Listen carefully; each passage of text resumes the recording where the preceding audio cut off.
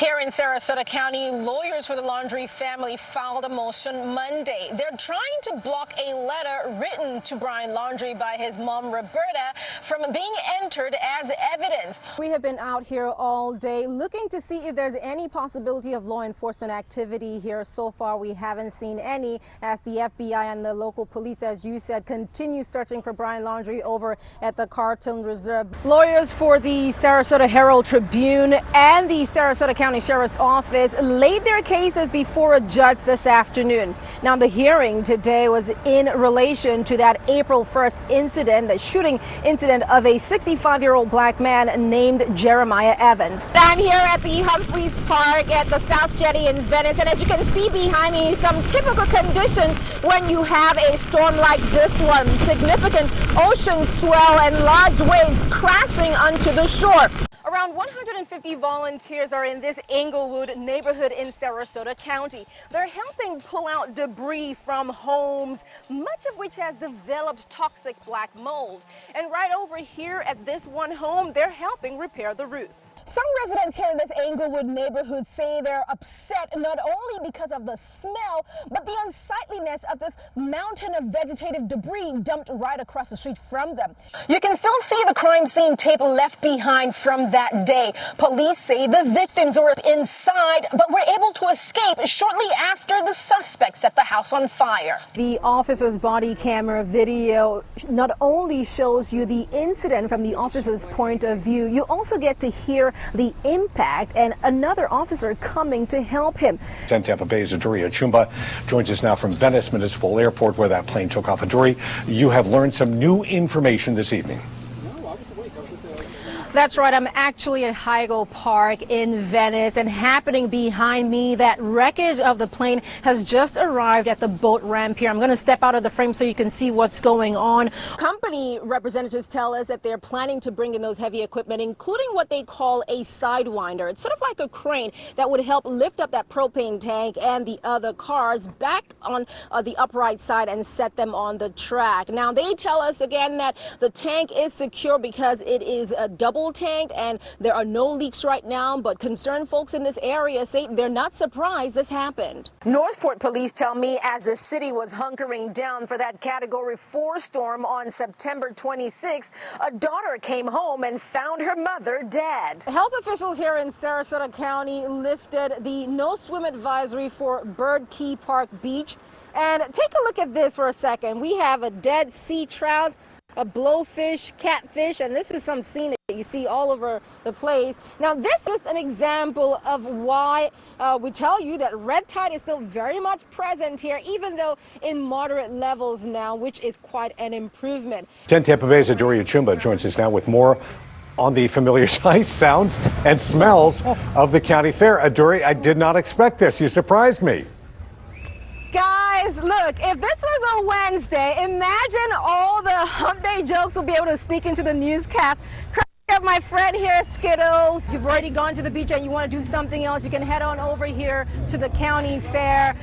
These are my friends here, my new friends here, Diamond, Sparkle, and Pasha, and Sapphire, and he kind of bites, so I'm going to step away a little bit. But again, it is the last full weekend of the Sarasota County Fair. They have more than 50 rides here. Investigators are back at the reserve today. What are they still looking for?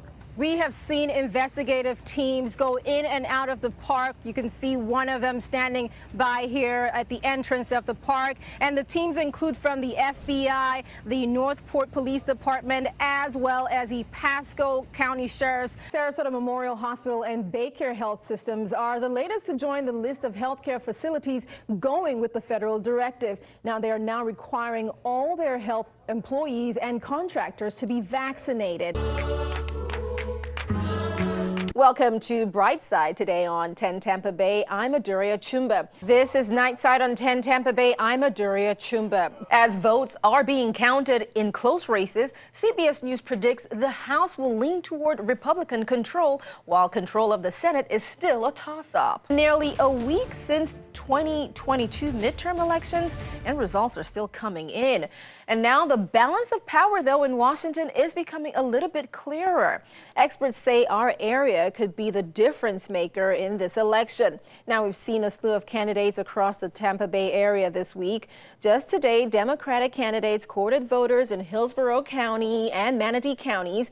10 Tampa Bay's Shannon Clough was there as the governor made his pitch for another 4 years. Tonight, a former math teacher in Haines City is behind bars accused of having sexual contact with a student. Detectives arrested Jeremiah Stringer just hours ago. The health officials are warning multiple respiratory illnesses are already on the rise compared to previous years. And this holiday season, doctors worry those sicknesses like RSV will continue to spike. This Veterans Day, some are spending the day together, cleaning up and rebuilding the post where they would normally be, cooking out, enjoying a beer, and celebrating each other and their service to our country. A push this evening to counter the rising cost of rent in the Bay Area. St. Pete City Council members vote unanimously to approve a new tenant protection ordinance. And Tyler Moore, 10 Tampa Bay's meteorologist, joins us here. Tyler, tell me you have a dog. I do have a dog. You do? Yes. And that leaves me out then, because I don't have a dog.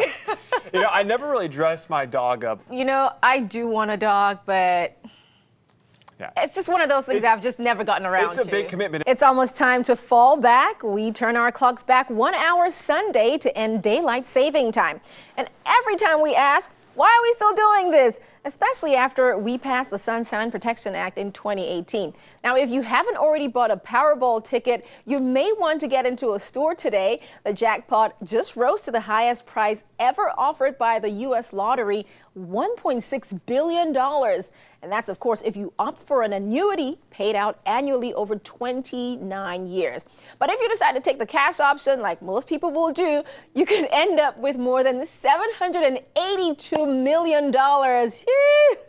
The drawing is tonight at 10:59 p.m. You have until an hour before the drawing to buy a ticket. Now, the aviation company was paid more than $1 million for several migrant flights.